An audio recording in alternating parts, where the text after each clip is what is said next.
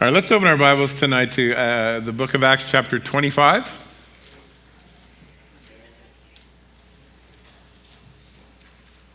We've mentioned it, I think, a few times, but it bears repeating that the book of Acts basically is learning through narrative.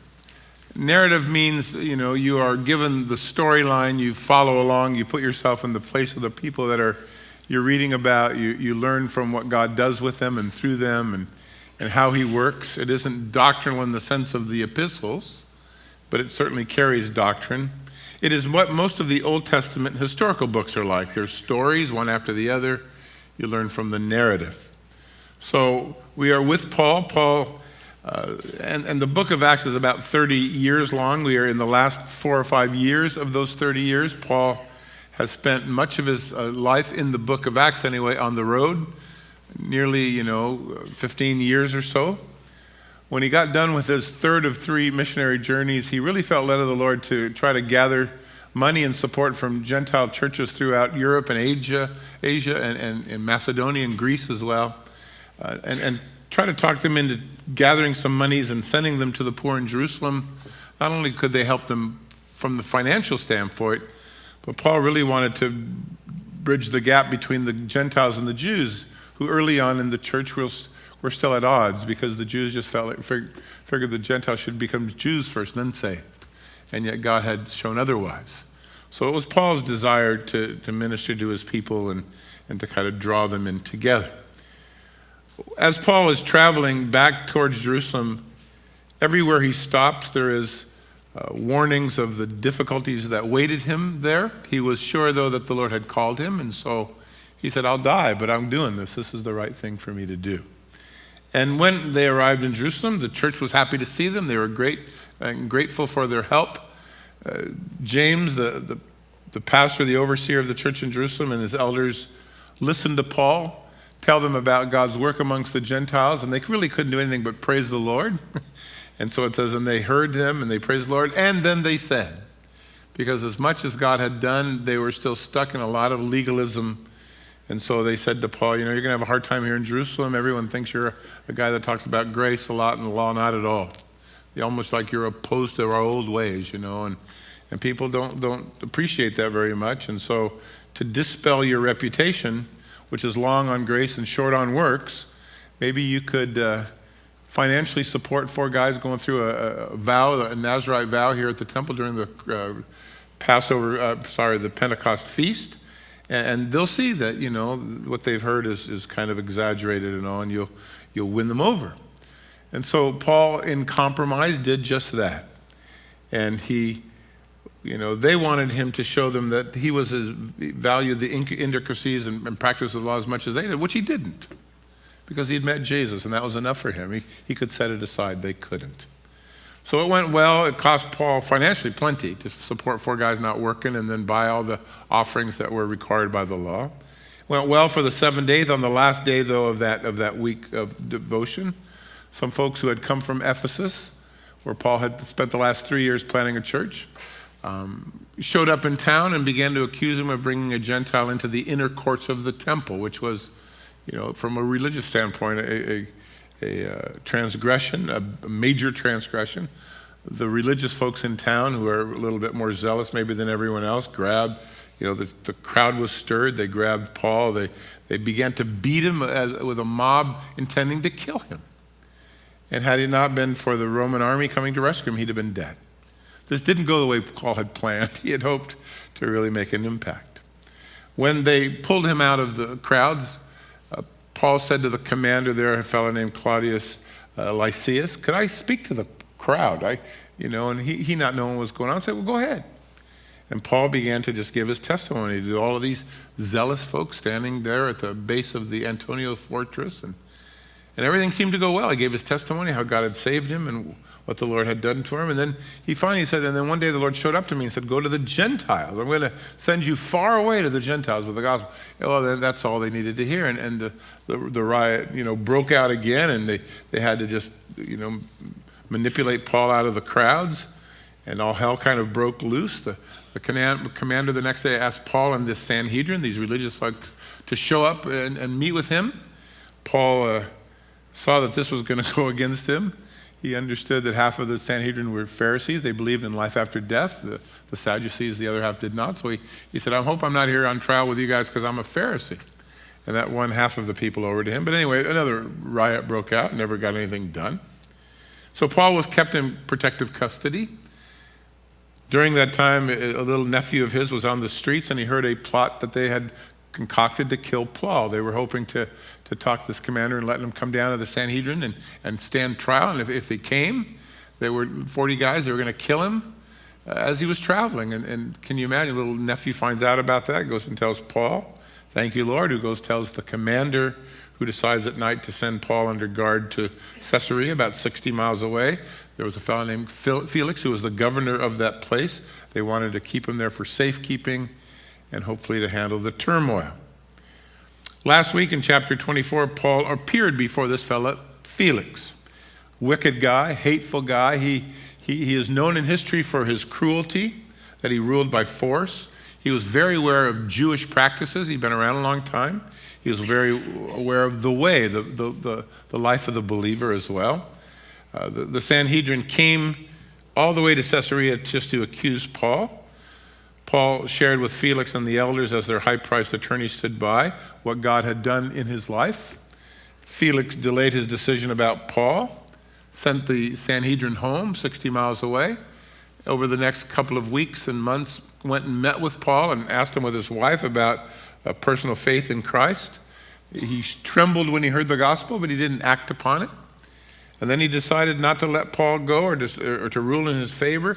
He would see him again at some point, put him off. It bothered him. But we are finally told towards the end of chapter 24 that he was holding on to Paul so that he might get some money from his friends, maybe a bribe. He knew he was innocent, but if he could profit from it, he'd let him go that way.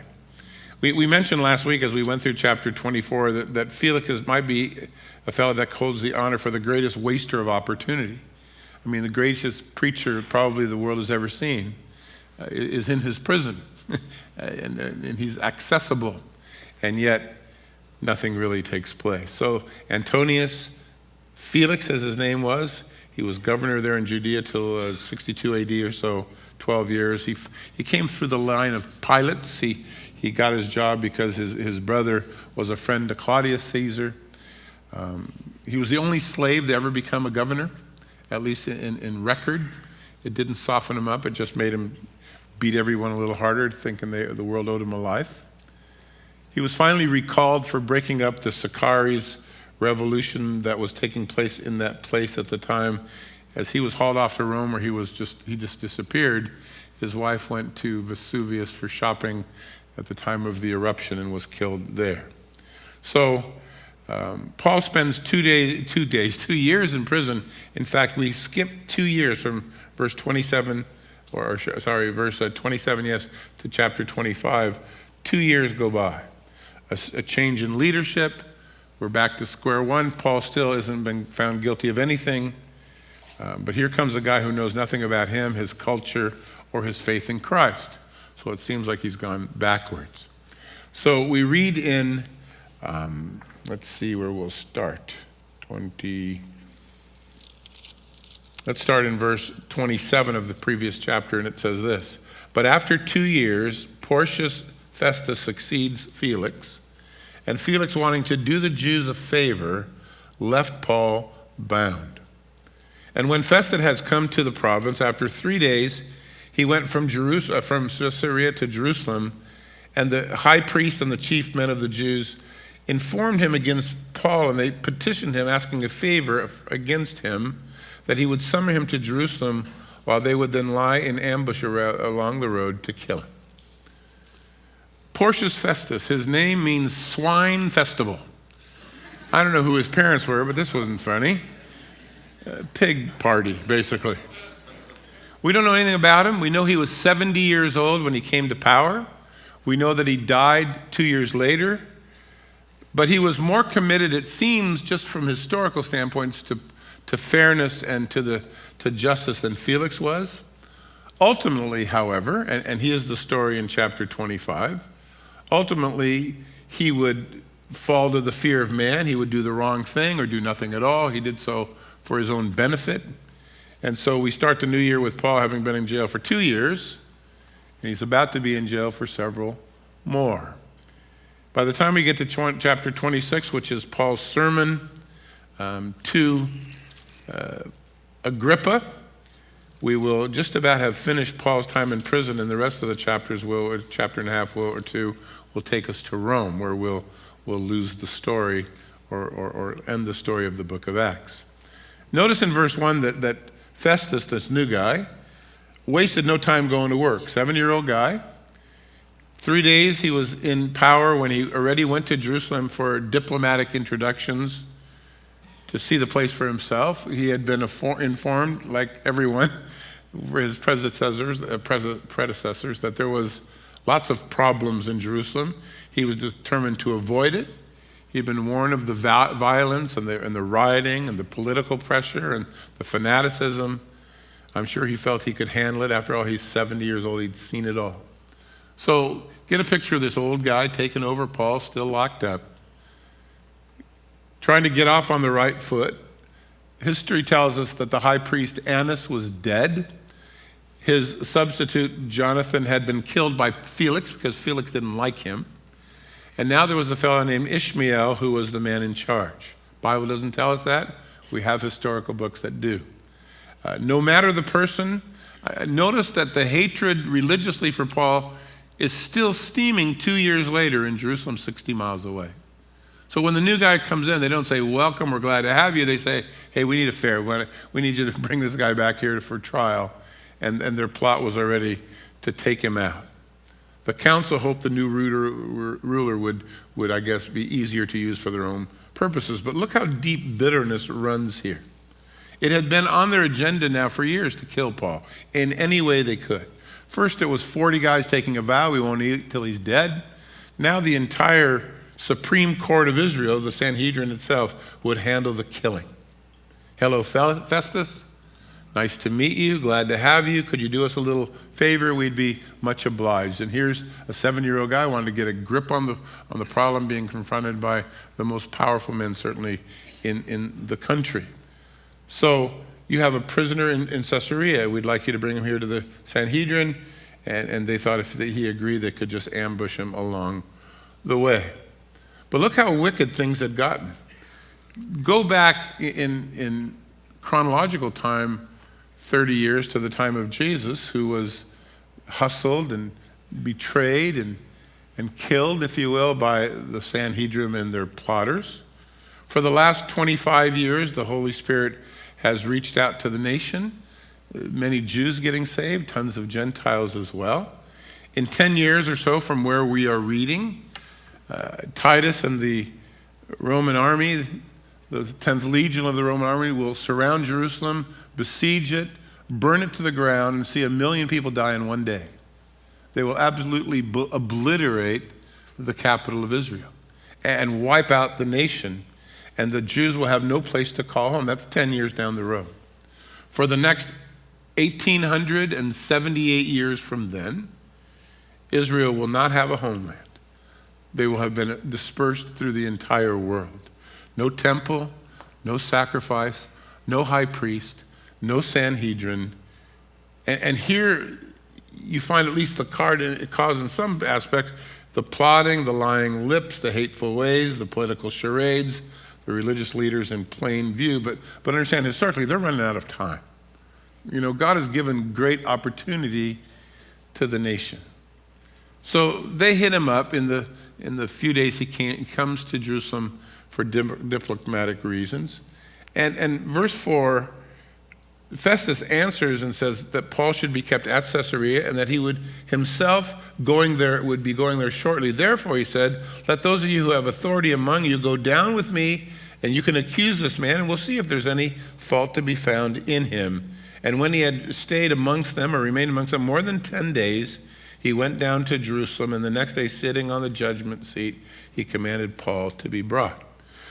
Festus's answer, I think, should tell you, and you'll find that to be so in the Bible, that the Roman justice system, for the most part, was fair and had processes that they followed.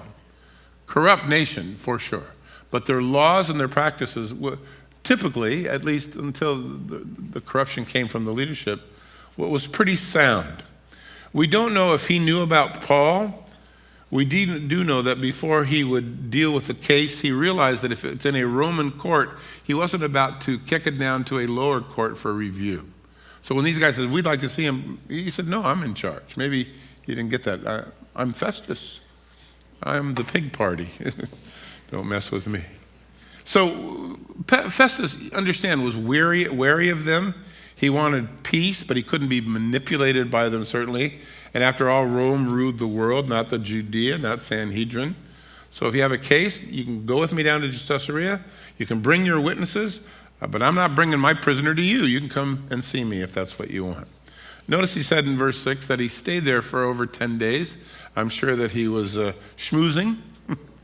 You know, that he was living as a guest of the Sanhedrin or of the leaders, dinners, temple tour, theater tickets. Maybe these guys will chill out. But the very day that he went home, these guys were there. That's how much hatred was driving them. Paul wasn't aware of any of this. He was locked up. But here comes this unwarranted kind of anger towards Paul and the hatred that was burning 2 years later. So they sit down when they get back in the judgment seat, which was right outside the amphitheater on the coast there. It is still there today. If you go to Israel with us, we have 80-some people of you are going with us here in about 2 months, 3 months, 2 months. And that'll be our first stop, will be this place. It's the first stop on our tour, but it is a place where Paul stayed for several years. Verse 8, and when he had come, the Jews who had come down from Jerusalem stood about and laid many serious complaints against Paul, which they could not prove. While he answered for himself, neither against the law of the Jews, nor against the temple, nor against Caesar have I offended in anything at all. The accusations were pretty much like 2 years before, driven by hatred, non-existent evidence, no credible witnesses. They figured they could make it up by just screaming a little louder at a new governor they hoped would cave in. Paul had no one to defend him. His defense was pretty much like it had been 2 years ago with Felix. He just said, yeah, I didn't do it. Yeah, that didn't happen. Yeah, that's not true. And then he just folded his hands. What else can I do? You've got no proof. You know, he said, she said. I mean, you can accuse of anything you want, but there's got to be proof. This ongoing mess is now entered its third year for Paul. And I want to point that out to you. You're a believer and you're serving the Lord and you've done the right thing. And for the third year, you are now locked up without any charges.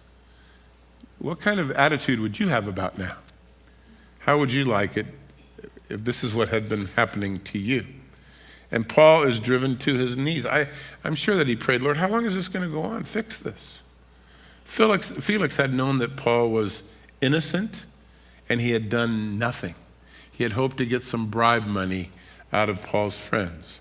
But Paul couldn't go that route. He knew that it was available, but he didn't think that was the way that the Lord would work. So he stays in prison. Now he stands before a guy, Festus, who knows nothing about Jewish law. He knows nothing about the Jewish religion. He knows nothing about Christianity to speak of. He doesn't know about Jewish politics. He doesn't know anything at all, and yet he's in charge in this Jewish area. He knew nothing about Paul's faith, Paul's case. Here come the people, same charges, same baloney. And you want to say to yourself, well, Festus, 70 years old, he'll probably do the right thing. Well, verse 9 tells us otherwise.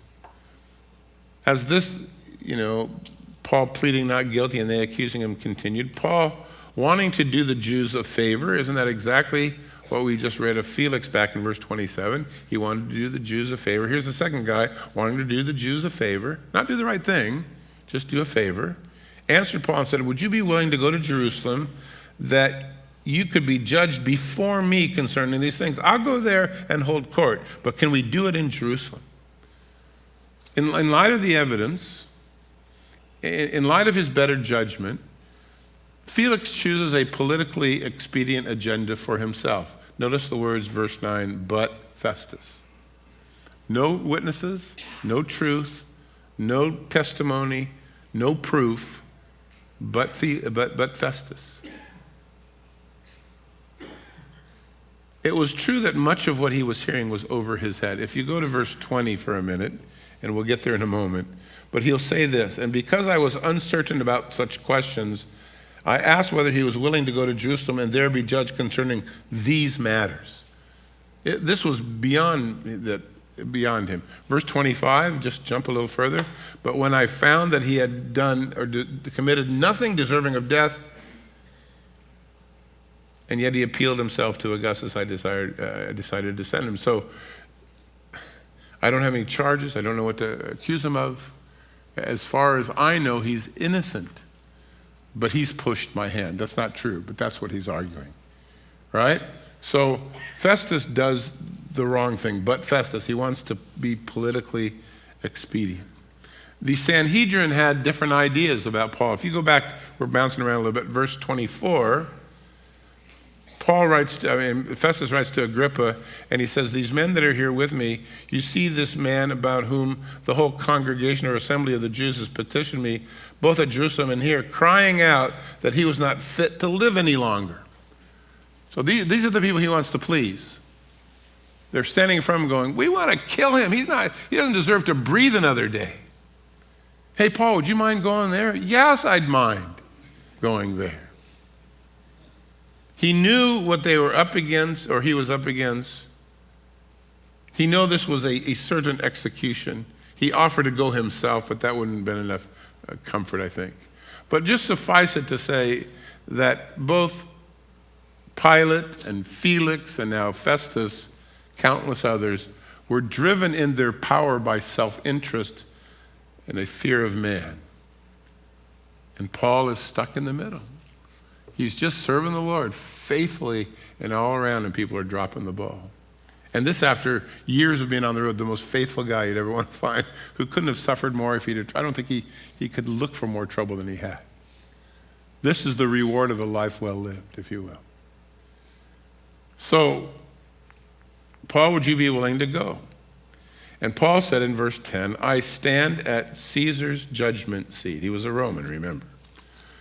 Where I ought to be judged. To the Jews I have done no wrong, as you very well know.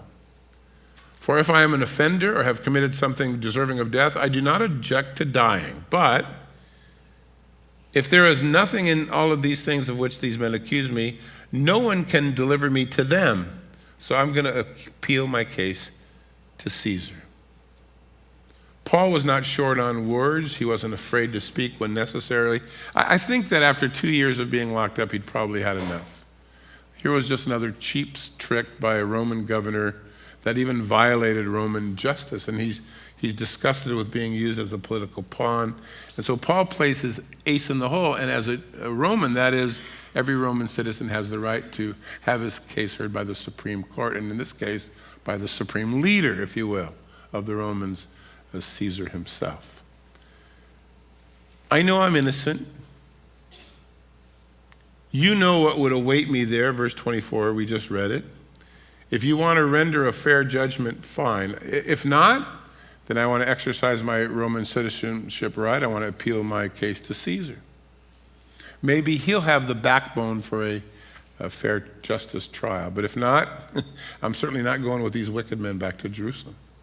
Not afraid to die if I've done something wrong, but I haven't done anything wrong. So I'd rather have Caesar decide that and have him adjudicate the charges than you or them.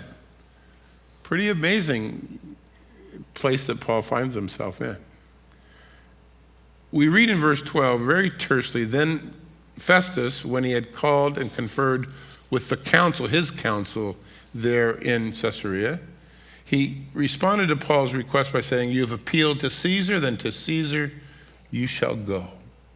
I have to believe that everything we read, that Festus was shocked and taken aback at Paul's request, that he underestimated this little man with these polite manners. This was a bombshell. Remember, Festus is looking to curry favor with the Jews who are a captive people, and it has just exploded in his face. By the way, the person that is ruling in Rome, the Caesar, is named Nero at this time. For the first 5 years of his rule, Nero was a fairly stable guy, made fairly logical decisions as far as the world is concerned, if you will.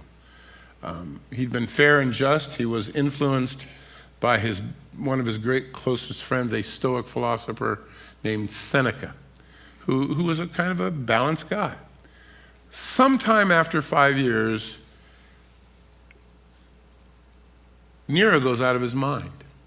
It's like he falls off the edge of a cliff. He begins to blame Christians he burns down the poor section of Rome because he wanted to rebuild it, and then pointed his finger at the Christians. And there are at least some Bible commentators that believe that what pushed him over the end was this meeting that he had with Paul, who didn't mince words. Hi, Nero, let me tell you what's up. You can just imagine what happened that night or that day. But we can't prove that. It's just the time is fairly close, but it is a guess at best on everybody's part. So I think that Festus was just freaked out about this. Festus knew that this meant problems. Think about it. He's been on the job for 2 weeks. 2 weeks. And his first case is appealing to Caesar. He's been sent there to keep peace, take over, use his 70 years of experience, to make an impact.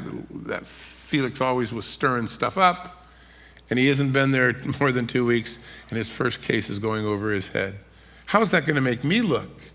And what charges am I going to send with him? They said he did this stuff. I don't even know what they're talking about. He doesn't want to stand in front of them. He'd rather risk it in Rome, and that could be death. I mean, that's a big gamble if you're wrong.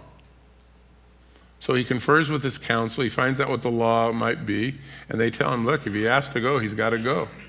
And I think you can almost hear like maybe some bitter kind of anger in his voice. You want to talk to Caesar? Okay, you go talk to Caesar. Fine, that's where you're going. And he just dismisses him, and he sends the guys packing. But now he's got this dilemma. What do I do with Paul? And where does he go? Verse 13 tells us that after some days, King Agrippa and Bernice came to Caesarea to greet the new governor. And when they had been there for many days, Festus laid Paul's case before the king. And he said, now there is a certain man left here, a prisoner of Felix. So Festus is brooding. Everybody's coming to welcome the new guy on the block. When King Agrippa II, we'll call him KA2, shows up with Bernice to officially welcome Festus. Bernice was the daughter of King Agrippa I. When she was 16 years old, he died and she married her uncle, who then subsequently died as well. When he died, she moved in with this guy who happened to be her brother, in an incestual relationship and having an affair. All of Rome, as crooked as they were, frowned on this relationship. When later she wanted to get involved with Titus, the general, the guy who would overthrow Jerusalem, Rome warned Titus of her past, and he quickly got away from her and sent her back to her brother. Her brother, KA2, King Agrippa II, was 17 when his dad died. He was given this really, really small little land in northern Lebanon to rule. He would acquire more over the years, but let's just say he was an insignificant ruler with insignificant power that everyone kind of looked down their nose at that because this guy was just a creep, and everyone kind of knew it. KA2, King Agrippa II, was the last of the infamous Herods. There is nobody after him. He would die about 100 AD, didn't have any children. Both he and Bernice, his sister, converted to Judaism. Neither one of them practiced it at all, but they knew an awful lot about Jewish ways. In fact, when Paul finds himself standing before Agrippa to answer because old, Portia there, Felix, he didn't know what to do. Paul is able to say to Agrippa, this guy, KA2, I'm so glad that I can stand in front of you and talk about these things which I've been accused by the Jews, because I know you're an expert in all of the customs and questions with which the Jews have been accusing me. I'm glad you know the background. So he was able to say to this creepy guy, I'm glad it's you. It's an interesting picture. Paul is swimming with the sharks here, you know? There's nobody for him. Everyone is out for themselves. But needless to say, Paul was happy when he was finally got an opportunity to talk. Festus was in a quandary. He wanted help from this king, who was certainly more powerful than a governor. He turned on the charm. He let him hang out for many days, as many days as he wanted. Hey, it's on the house. We'll cover it. Here's the credit card, you know, go down to town. But after many days of enjoying the royal treatment, Festus broached his dilemma with his guests. He says there in verse 14 at the end about being left a prisoner from Felix's time. Verse 15, and about whom the chief priests and the elders of the Jews have informed me when I was in Jerusalem, asking for a judgment against him. To them I answered, it is not the custom of the Romans to deliver any man to destruction before the accused meets the accusers face to face and has an opportunity to answer for himself concerning the charges against him. That sounds pretty reasonable, doesn't it? Therefore, when they had come together without any delay, the next day, well, forgot about those 10 days of delay.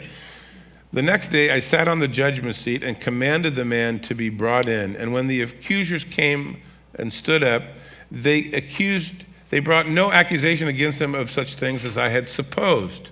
But they had questions about him, about their own religion, about a certain Jesus who had died, whom Paul affirmed to be alive. That's really what the issue was. And because I was uncertain about such questions, I asked whether he was willing to go to Jerusalem and there be judged concerning these matters. But when Paul appealed to be reserved for the decision to Augustus, I commanded him be kept until I could send him off to Caesar. So he tells the situation in light of his innocence, right? I got to it really quick. Didn't say about the 10 days of unofficial business eating Jewish food. The real issue as he saw it, verse 19, and this is his summation of what he understands.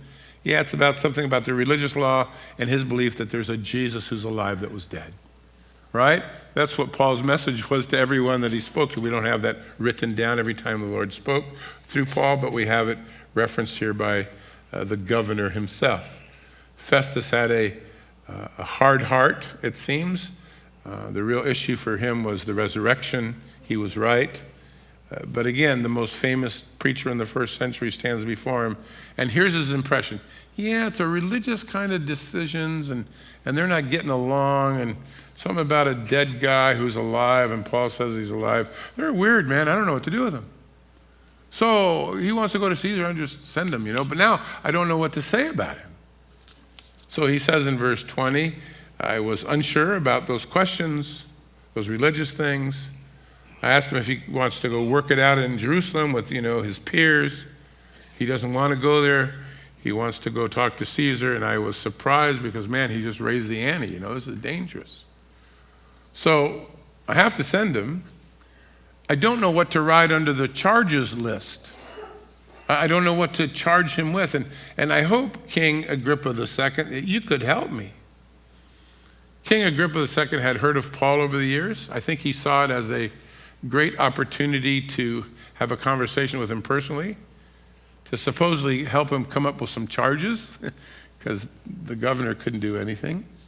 And so in verse 22, Agrippa says to Festus, I'd like to hear from the man myself. Tomorrow, he said, then you shall hear of him. So Agrippa, he is told by the governor, I don't hand over prisoners. We don't let someone go to their death until they have a fair trial. I don't know what to do with this guy and all. And Agrippa said, I'd like to see him. And Porcius couldn't be happier.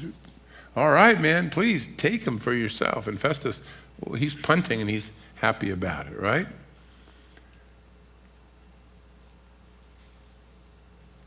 Now, all of the Herods seem to be involved with the early church in one way or another.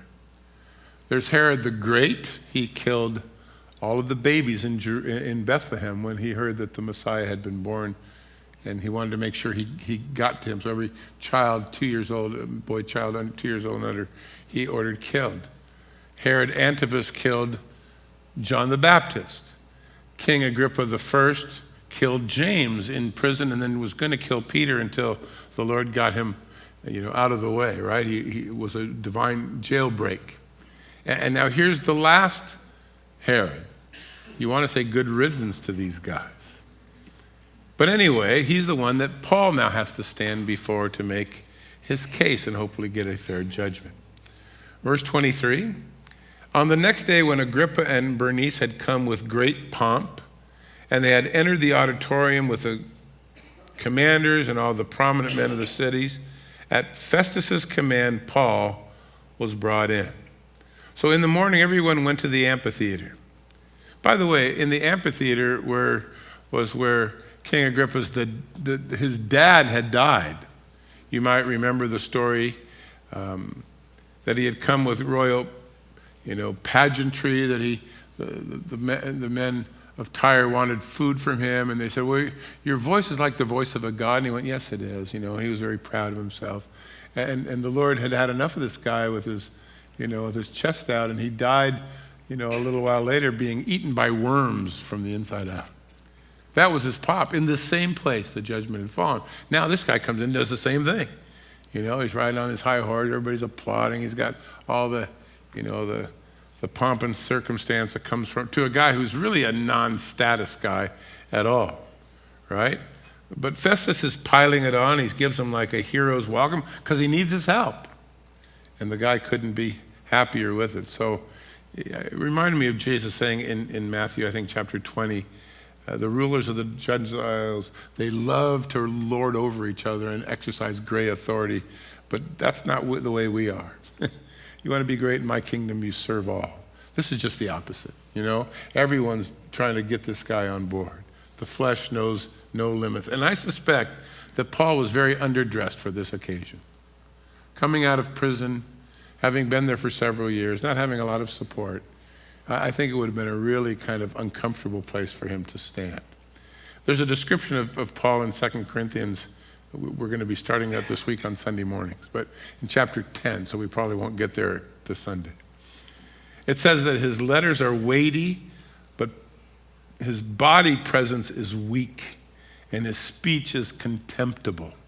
And most of the descriptions that we have read of Paul kind of describe him that way in history. He's short, he's bull-legged, he had kind of a hooked nose with a little hair and a bulging, weeping eye.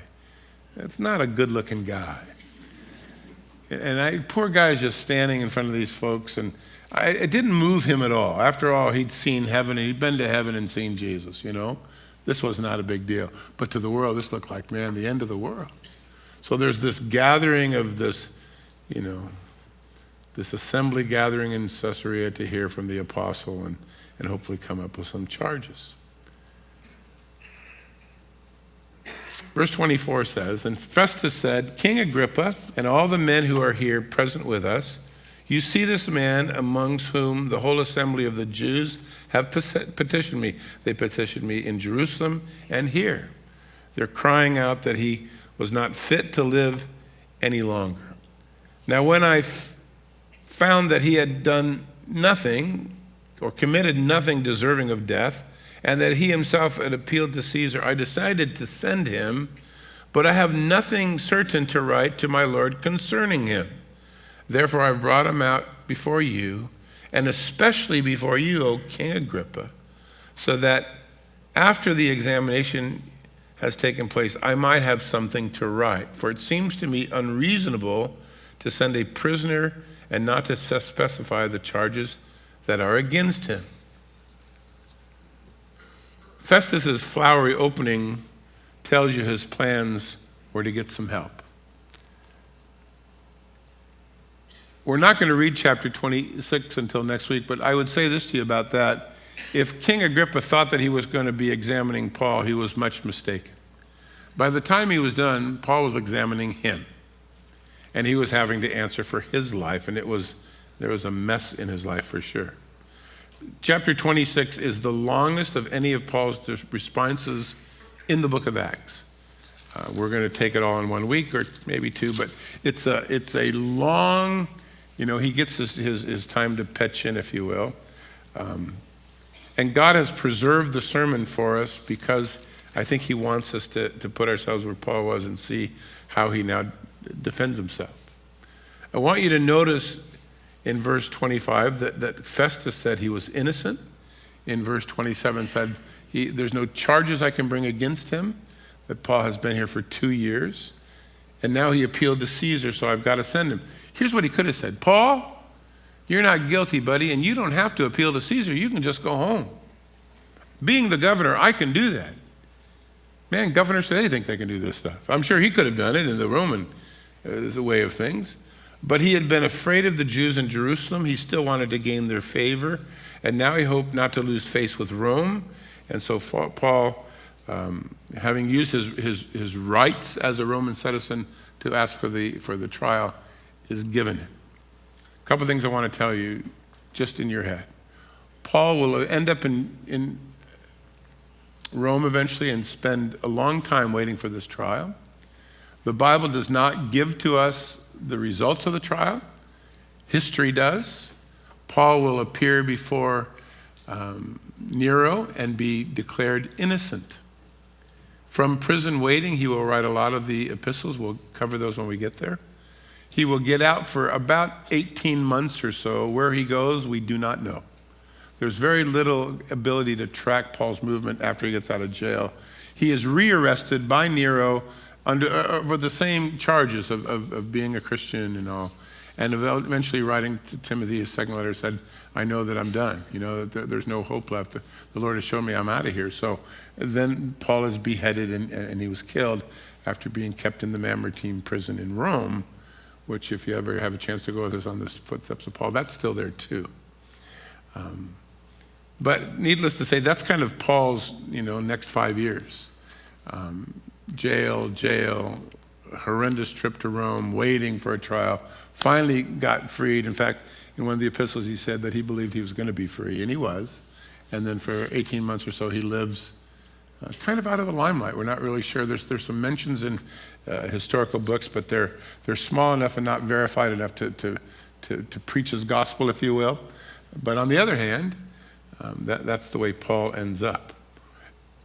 One of the things that we find is the Lord gives these whole chapters to, the accusation before Felix and before Agrippa and before Festus, is how many men are moved by others, right? That there's something about living in this culture where we are oftentimes driven by what people think rather than what God might want. We did a study a couple of Sundays ago, maybe it's more than a couple, not too far, like, what was it? Proverbs 29, verse 25, about the fear of man brings a snare. And certainly, look at these would-be Roman leaders. They were more concerned with their political gain than they were with doing the right thing. They were more concerned with their status than they were with justice. They were moved by peer pressure. Solomon tells us many people are more concerned with what man thinks than what God thinks. That there's more of a fear of man in their hearts than a fear of God. That's kind of frightening. But it's true. Jesus said in Matthew 10:28, you should never be afraid of somebody that can kill your body and that has nothing more than he can do with you. And then there's a comma. And then it says, but, or maybe there's a period, but it says, but then you should rather fear him who is able to destroy both body and soul in hell. In other words, if you're going to pick someone to fear the God who has a say over your eternity, not over the temporal nature of man who can, they can stifle you and make you suffer a little in this life, but they certainly can't do more than that. Fear will always, especially of men, will lead to great sin. You see it here.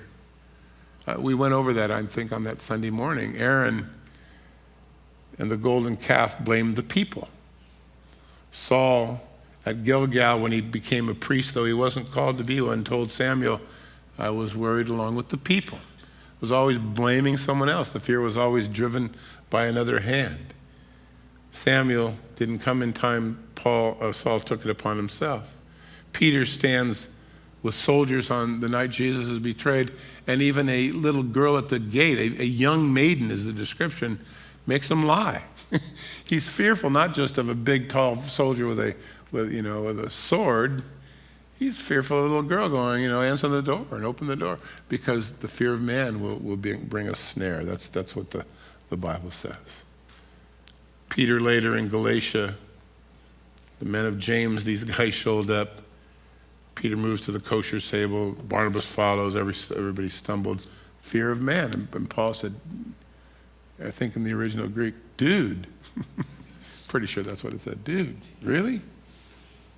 Pilate was afraid to do the right thing for Jesus. Surrendered an innocent man to the crowds because he was fearing man. And notice, here's Festus. And he wants to keep people happy. And Felix, who wants to curry favor. Not only are they afraid, they're self-serving in their fear. They just want to gain, right? We read in John 12, I think, that amongst the rulers on the synagogue, in the Sanhedrin, that many of those 70 members believed in Jesus, believed in him quietly and personally. But because of the Pharisees, they didn't confess him, because the cost would have been, you'd have been put out of the synagogue, and so you would have no support, no social life, no doctor to go to, no work to report for, no income, that you would just be shunned in the culture. And so it says that they loved the praises of men more than the praises of God. So they believed, but the fear of men and the cost of following shut their mouths and shut down their lives. The fear of man can keep you from being a witness for the Lord. It did for them. I thought about Elijah, who was, he single-handedly fought off 450 prophets of Baal. Watch the Lord wipe them out. Pretty cool. One word, though, from Queen Jezebel, that she was going to be killing him by morning, had him running for his life. And he ran further than any man should run. And when he finally got to the middle of nowhere in a cave deep in the Sinai, his prayer to the Lord was, just kill me. Sounded a lot like Moses all of a sudden. And he even said to the Lord, you must be happy to have me. I'm the only guy left that's serving you. And the Lord said, you're an idiot. It's the original Hebrew. I know Hebrew very well. He said, I got 7,000 other people I can count on. So would you like to go do what I've given you to do? You want me to send somebody else? No, I'll go. Fear of man.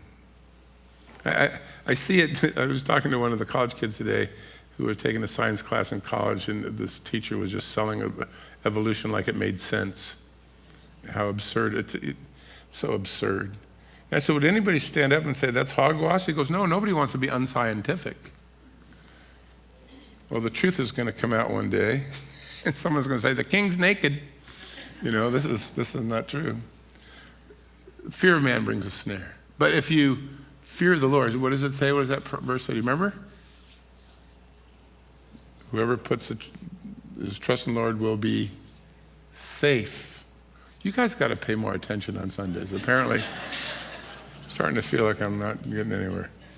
The best answer for the fear of man is trust the Lord, right? Trust the Lord and be honest and tell the truth.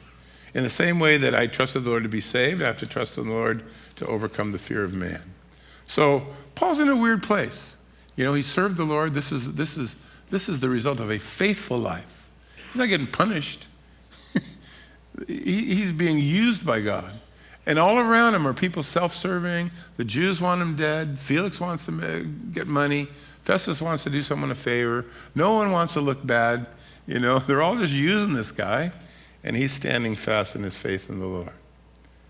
So next week, chapter 26, we get to see Festus on one side and Paul on the other, and Agrippa in the middle, one who trusts in the Lord, one who's bound in fear, and we get to see them through the Lord's eyes. And chapter 26, like I said, is Paul's last, I don't want to say sermon, it was his last statements, if you will, before others. Goes down through verse 18, and maybe we'll stop there next week. And then we'll go forward from there and take Paul to Rome, which will be an interesting trip in itself. Father, tonight as we sit together and we seek to allow your word to, especially this narrative, just kind of fill our hearts, and we want to take a look at, Lord, everything that you've recorded. We know that sometimes when we read these narratives, we want to know other things that you didn't tell us.